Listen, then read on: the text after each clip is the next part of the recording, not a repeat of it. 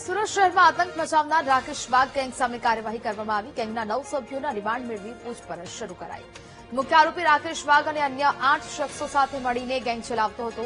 Gang શહેરમાં ચોરી, લૂંટફાટ સહિતના ગુસ્સીટોકના ગુનાને અંજામ આપતી હતી। અગાઉ લૂંટના કેસમાં પોલીસે રાકેશ વાઘની ધરપકડ કરતા ખુલાસા થયા। ગેંગના તમામ સભ્યોની ધરપકડ કરી પોલીસે કાર્યવાહી કરી હતી। રાકેશ વાઘ સામે ગુસ્સીટોકના 25થી વધુ ગુના નોંધાયેલા છે।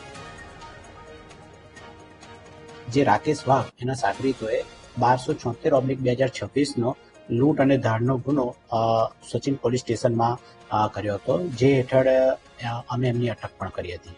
આ ગુનામાં અમે વધારે ઊંડાણપૂર્વક તપાસ કરતા રાકેશ વાઘ વિરુદ્ધ અલગ અલગ 25 ગુના અમે ધ્યાનમાં લીધેલા છે, જેમાં એક ખૂનનો ગુનો, 3 ખૂનની કોશિશનો ગુનો, 2 ધાડ, 3 વ્યથાના ગુના, 1 લૂંટનો ગુનો।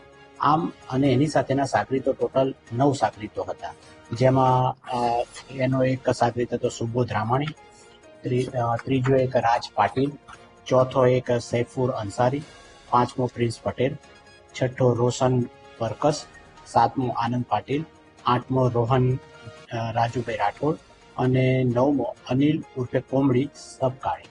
આ 9 લોકો પોતે એક ગેંગ, એક ગીરો બનાવી અલગ અલગ પ્રકારના ગુના આચરતા હતા।